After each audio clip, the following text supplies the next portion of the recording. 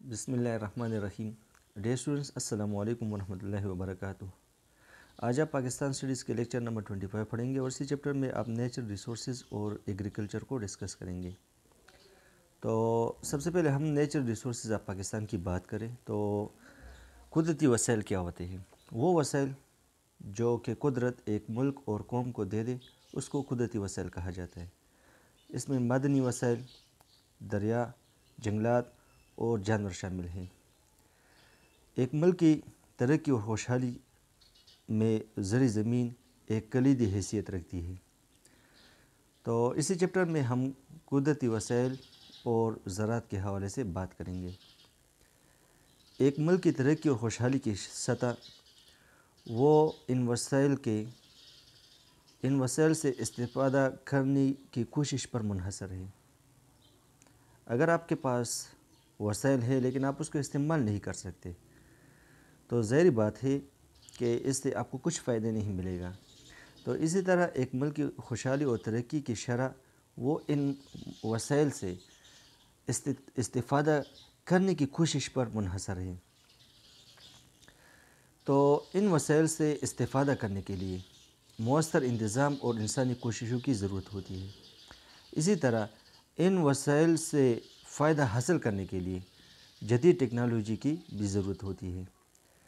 Mineral resources, اللہ تعالیٰ نے پاکستان کو قدرتی وسائل سے مالا مال کیا ہے. کچھ کی تلاش کی گئی ہے اور مزید کی تلاش کے لیے بہت کچھ کرنا باقی ہے. تو پاکستان میں کچھ اہم وسائل یہ ہیں. نمبر 1، خام لوہا. خام لوہا صنعت اور اسپیشلی اسٹیل انڈسٹری کے لیے انتہائی ضروری ہے. اس میں استعمال ہوتا ہے اور پاکستان میں اس کی کوانٹٹی محدود ہے اور اس کی کوالٹی بھی پور ہے، لو کوالٹی ہے. خام لوہا پاکستان کا اس کا کوالٹی اتنا اچھا نہیں ہے اور زیادہ تر جو خام لوہا ہے ہم بیرون ملک سے درآمد کرتے ہیں کیونکہ پاکستان میں اس کے ذخائر محدود ہے. اس کے ذخائر چترال، چاغی، کوہاٹ، کورم ایجنسی، مردان، ہزارہ، میاں والی اور ڈیرہ غازی خان میں ہے. کرومائٹ دیگر دھات بنانے میں، چمڑے کی ٹیننگ، اسی طرح اسٹیل کی مصنوعات کی تیاری میں، اسلحہ سازی اور سٹین لیس اسٹیل کی تیاری میں استعمال ہوتا ہے. کرومائٹ کے جو ذخائر ہے یہ ذوب میں ہے. چاغی، ملاکنڈ، مامند، وزیرستان اور پورٹ سنڈامن میں یہ ذخائر موجود ہے. تیسرا وہ جپسم ہے. جپسم یہ پلاسٹر آف پیرس، پینٹس اور سیمنٹ کی تیاری میں استعمال ہوتا ہے. یہ جہلم، میاں والی، ڈیرہ غازی خان، کوہاٹ اور لورالائی میں پائے جاتے ہیں اس کے ذخائر. سلفر یہ کیمیکل انڈسٹری میں اس کا استعمال ہوتا ہے اور اس کے ذخائر کلات، خیرپور، مردان، جیکب آباد وغیرہ میں ہے. کوئلہ یہ بھی ایک اہم قدرتی وسیلہ ہے اور ریسورس ہے. کول یہ پاور جنریشن میں استعمال ہوتا ہے، اس سے بجلی بنائی جاتی ہے اور یہ بطور فیول ایندھن بھی استعمال ہوتا ہے. تو پاکستان میں کوئلے کے ذخائر ہے لیکن اس کی کوالٹی اچھی نہیں اور نہ ہی کوانٹٹی اچھی ہے. It is not good in quantity and quality. یہ سندھ، بلوچستان، پنجاب اور کے پی میں پائے جاتے ہیں.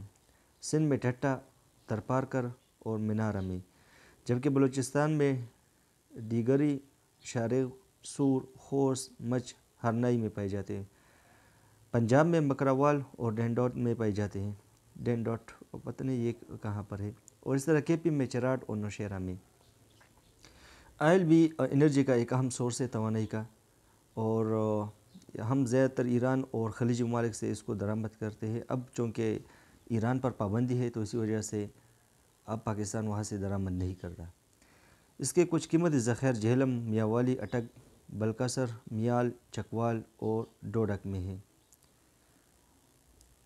گیس بھی ایک اہم سورس ہے انرجی کا اور فیول کا اور یہ سورس آف پاور جنریشن بھی ہے کیونکہ اس سے بجلی بنائی جاتی ہے. یہ پاکستان میں سوئی میں، مڑی میں، اوچھ، خیرپور، جیکب آباد وغیرہ میں اس کے ذخائر پائے جاتے ہیں. اب کچھ نئی دریافتیں بھی ہوئی ہے اس حوالے سے.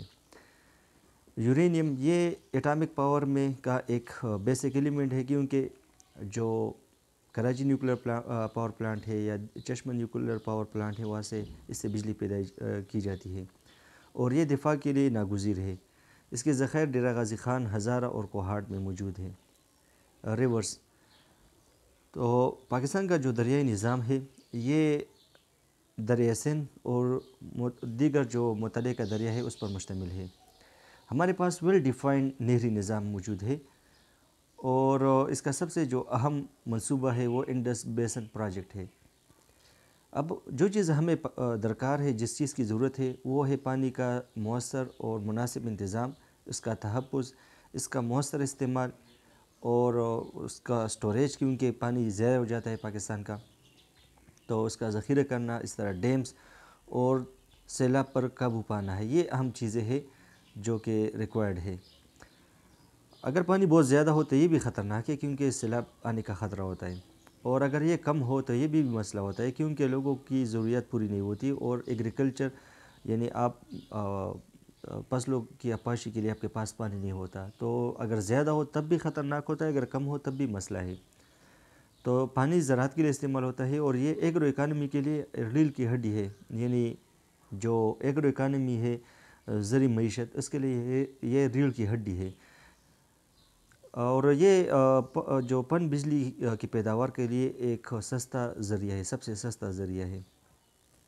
جنگلات کی اگر ہم بات کریں تو کسی بھی ملک کا 25%، عام طور پر کسی بھی ملک کا 25% رقبہ وہ جنگلات سے ڈھکا ہونا چاہیے، لیکن پاکستان میں یہ صرف 4 to 5% ہے، جنگلات بہت کم ہے، 4 سے 5% رقبے پر جنگلات ہے پاکستان میں، کیونکہ پاکستان میں کچھ علاقے ایسے ہیں جو کہ شجرکاری کے لیے موزوں نہیں، جیسا کہ سارا ہے یا ڈرائی ماؤنٹینز ہے بلوچستان میں، وہاں پہ پانی نہیں ہوتا بارش کی کمی کی وجہ سے، تو یہ مسئلہ یہ پانی اور بارش کی کمی کی وجہ سے ہوتا ہے، اسی وجہ سے وہاں پر پودے نہیں اگتے، اور اس کی ایک بڑی وجہ ڈیفارسٹیشن ہے، کیونکہ پاکستان میں لوگ جو ہے نا وہ درختوں کی کٹائی کرتے ہیں، جس کی وجہ سے جنگلات کی کٹائی ہوتی ہے، جنگلات ختم ہو جاتے ہیں۔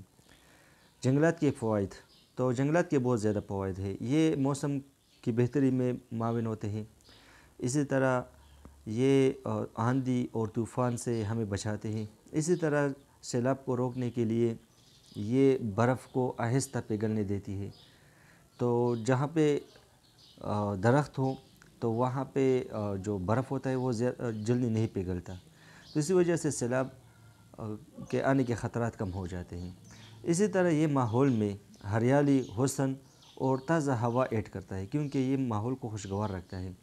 اسی طرح پلانٹس یہ خوراک، ادویات، لکڑی، کیمیکلز اور کھاد کا بھی ذریعہ ہے، اس سے یہ چیزیں بنائی جاتی ہیں، اور اسی طرح یہ اینیملز، برڈز اور انسیکٹ کے لیے ہیبیٹیٹ بھی ہے، ہوم بھی ہے، گھر بھی ہے، مسکن ہے، اور یہ بطور ایندھن بھی استعمال کیے جاتے ہیں۔ اینیملز کی اگر ہم بات کریں تو اینیمل سے ہم دودھ، گوشت، چمڑا اور اون حاصل کرتے ہیں، یہ زراعت اور نقل و حمل کے لیے بھی استعمال کیے جاتے ہیں، اور اس طرح یہ زر مبادلہ کا ذریعہ ہے، کیونکہ ان کے پروڈکٹ کو یا ان کو فروخت کر کے ہم پیسہ حاصل کر سکتے ہیں دیگر ممالک سے، تو ان کی مناسب افزائش کے لیے منصوبہ بندی اور دیکھ بھال کی ضرورت ہوتی ہے۔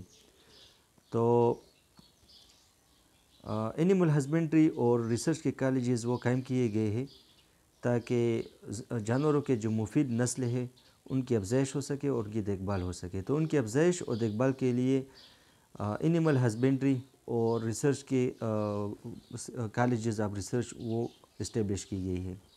اس طرح لائف اسٹاک کی ڈپارٹمنٹ وہ جانوروں کی افزائش کے لیے اور پرورش کے لیے سپورٹ سسٹم پرووائڈ کرتا ہے، گورنمنٹ پروجیکٹ کے لیے بھی سپورٹ سسٹم پرووائڈ کرتا ہے اور پرائیویٹ کے لیے بھی سپورٹ سسٹم پرووائڈ کرتا ہے۔ اس طرح گورنمنٹ فارمز اور ملٹری فارمز بھی اس مقصد کے لیے کام کر رہے ہیں۔ اس طرح اگر ہم فشریز کی بات کریں تو یہ بھی خوراک اور آمدن کا ایک سورس ہے، اور ڈپارٹمنٹ آف فشریز وہ پرائیویٹ فارمرز کو انکریج کرتا ہے کہ وہ اس شعبے میں انویسٹمنٹ کرے، پیسہ سرمایہ کاری کرے، اور قومی دولت اور اپنی ذاتی دولت میں اضافہ کریں۔ زراعت کی اگر ہم بات کریں تو پاکستان یہ ایک زرعی ملک ہے، اور اس کی آبادی کا 70% سے زیادہ حصہ وہ دیہات میں رہتا ہے، اور پاکستان کی آبادی کا 50% سے زیادہ حصہ وہ کھیتی باڑی سے ڈائریکٹلی انگیج ہے، اس میں مصروف ہے براہ راست، یا ایگرو بیس ایکٹیویٹی جو زراعت سے متعلق جو ایکٹیویٹیز ہے، سرگرمیاں ہے، اس سے منسلک ہے۔ اچھا، جی ڈی پی میں زراعت کا جو حصہ ہے وہ 26% ہے پاکستان کی جی ڈی پی کا، اب وہ کم ہو گیا ہے، آئی تھنک 18 to 19% ہے۔ پنجاب اور سندھ کے جو علاقے ہیں وہاں پہ میدانی علاقے وہ بہت بڑے بڑے ہیں، اور یہاں پہ اریگیٹڈ فارم لینڈز ہے، کیونکہ وہاں پہ کینال سسٹم ہے اور وہاں پہ کھیتوں کو اور فصلوں کی عکاسی کی جاتی ہے۔ پاکستان میں دو بڑی فصلیں پیدا کی ہوتی ہے، ایک ربیع اور دوسرا خریف۔ تو ربیع فصلوں کی کو اکتوبر اور نومبر میں بویا جاتا ہے اور اس کی پیداوار اپریل اور مئی میں حاصل کی جاتی ہے۔ جو امپارٹنٹ پروڈیوسز ہے، پیداوار ہے، وہ گندم ہے، چنا ہے اور آئل سیڈز ہے۔ خریف تو ایسی فصلوں کو مئی جون میں بویا جاتا ہے اور اس کی پیداوار اکتوبر نومبر میں حاصل کی جاتی ہے۔ امپورٹنٹ کراپس اس میں رائس ہے، شوگر کین ہے اور کاٹن ہے۔ پاکستان کی جو اہم فصلیں ہیں وہ گندم ہے، چاول ہے، کپاس ہے، گنا ہے، چنا ہے، مکئی ہے، اس طرح سرسوں ہے، ٹوبیکو ہے اور آئل سیڈز ہے، فروٹس اور ویجیٹیبلز ہے۔ لینڈ ریفارمز تو وقتاً فوقتاً مختلف گورنمنٹس نے زمینی اصلاحات متعارف کروائی۔ 1959 میں ایوب خان نے متعارف کرائی اور 72 اور 77 میں ذوالفقار علی بھٹو نے لینڈ ریفارمز انٹروڈیوس کیے۔ اس کا مقصد یہ تھا کہ لینڈ ہولڈنگ کو کم کر سکے، کیونکہ جو 1972 کے جو لینڈ ریفارمز پہ اس میں ایک شخص 150 ایکڑ نہری زمین وہ رکھ سکتا تھا، اس سے زیادہ نہیں، اور 300 ایکڑ بارانی زمین۔ اور اس کا بنیادی مقصد یہ تھا کہ لینڈ ہولڈنگ کو ریڈیوس کرے، اور دوسرا یہ ہے کہ جو کاشتکار ہے اس کی پوزیشن کو مستحکم کرے تاکہ کوئی زمیندار اس کو بے دخل نہ کرے۔ اور یہ اصلاحات فی ایکڑ پیداوار کو بڑھانے کے لیے اور زرعی شعبہ میں غربت کے خاتمے کے لیے یہ اصلاحات متعارف کیے گئے تھے۔ پرابلمز ان ایگریکلچر، پاکستان میں زراعت میں جو شعبہ ہے اس میں جو مسائل ہیں اس کو ہم ون بائی ون ڈسکس کرتے ہیں۔ ایک یہ ہے کہ outdated modes of cultivation, فرسودہ طریقے ہم اختیار کرتے ہیں جس کی وجہ سے فی ایکڑ پیداوار میں کمی واقع ہوتی ہے۔ اس طرح سیم اور تھور کا مسئلہ ہے، اور 1960 کی دہائی کے 1960 کے وقت سے اس مسئلے پر توجہ دی جاتی ہے۔ اس طرح فصلوں کی بیماری ایک بڑا مسئلہ ہے، تو ڈپارٹمنٹ آف ایگریکلچر جو شعبہ زراعت ہے وہ ٹیکنیکل سپورٹ پرووائڈ کرتا ہے فارمرز کو، اور انہوں نے مدد کی کہ اس مسئلے کو ختم کریں۔ اور دیگر جو مسئلے ہیں وہ ہے ہمارے انپٹس کا کوالٹی کا مسئلہ ہے، لو کوالٹی انپٹس ہے جس کی وجہ سے مارکیٹ میں پرائس کم ہو جاتی ہے، اور دیگر رکاوٹیں اس میں لو کوالٹی سیڈز ہے، ہمارے معیاری سیڈ ہمارے پاس نہیں، بیج نہیں ہے، اسی طرح مہنگی کھاد ہے، اور کیونکہ پھر کاشتکار اور زمیندار اس کو استعمال نہیں کر سکتا کیونکہ ان کے پاس پیسہ نہیں ہوتا، اور ٹیوب ویل کے لیے تیل اور بجلی کی عدم دستیابی، یہ بڑے مسائل ہیں جس کی وجہ سے ایگریکلچر وہ ترقی نہیں کرتا۔ اس طرح پانی سے متعلق بھی مسائل ہے، بعض اوقات پانی بہت کم ہو جاتا ہے، بعض اوقات بہت زیادہ ہو جاتا ہے، تو یہ دونوں مسئلے ہیں۔ اس طرح نہروں کی صفائی یہ بھی ضروری ہوتی ہے تاکہ نہر کے دوسرے سرے تک پانی پہنچ سکے۔ اسی طرح زمیندار کے لیے قرض کی رسائی وہ بھی ایک بڑا مسئلہ ہے، کیونکہ زمیندار کو یا کاشتکار کو قرض نہیں ملتا، تو جب اس کو قرض نہیں ملتا تو ظاہری بات ہے کہ وہ صحیح طریقے سے اعلیٰ کوالٹی جو بیج ہے اس کا استعمال نہیں کر سکتا، فرٹیلائزر استعمال نہیں کر سکتا، تو اسی وجہ سے پیداوار میں کمی واقع ہوتی ہے۔ اس طرح مارکیٹ کی رسائی مشکل ہے، مارکیٹ تک رسائی مشکل ہے زمیندار کے لیے، اور فارمرز کی فلاح و بہبود کے لیے اور فی ایکڑ فصل کی زیادہ پیداوار کے لیے مناسب قیمت کی دستیابی اس کو یقینی بنانی چاہیے، یہ بھی ایک بڑا مسئلہ ہے۔ Agriculture and development plans, research کس مقصد کے لیے کی جاتی ہے؟ ریسرچ اس مقصد کے لیے کی جاتی ہے تاکہ زیادہ پیداوار کے لیے اعلیٰ پیداوار والے بیج تیار کیے جا سکیں، تو اس مقصد کے لیے ریسرچ کی جاتی ہے، اور جو معلومات ہوتی ہے یا رہنمائی ہوتی ہے وہ عام کسان کو دی جاتی ہے تاکہ وہ زراعت کے شعبوں میں جو ایڈوانس ریسرچ کی گئی ہے اس کے ثمرات سے فائدہ اٹھا سکیں۔ اسی طرح ملک کے مختلف حصوں میں یونیورسٹی ایجوکیشن کو ڈیولپ کیا گیا ہے ایگریکلچر کے حوالے سے، جیسا کہ فیصل آباد میں ہے، جامشوروں میں ہے، پشاور میں بھی ایگریکلچر یونیورسٹی ہے۔ تو تھیوریٹیکل فیلڈ میں عملی میدان میں جدید ٹیکنالوجی پر زور دیا گیا ہے کہ آپ جدید ٹیکنالوجی کا استعمال کریں اور اس سے زرعی پیداوار کو بڑھا لیں۔ اسی طرح جو مواصلاتی اور نقل و حمل کے جو فیسلٹیز ہے ان میں اضافہ کیا گیا ہے، ان کی سہولیات میں اضافہ کیا گیا ہے، تو اس سے بھی ایگریکلچر کو فائدہ ملتا ہے اور ایگریکلچر ترقی کر رہا ہے۔ اس طرح کسانوں کو اور کاشتکاروں کو پیداوار کی پوری ادائیگی کو گورنمنٹ یقینی بناتی ہے، تاکہ کسان جو ہے نا وہ خوشحال ہو مالی طور پر، اور وہ زراعت پر زیادہ انویسٹ کریں، تاکہ مزید ہمیں زیادہ آؤٹ پٹ ملے۔ تو یہ آپ کا چیپٹر تھا، چیپٹر 25۔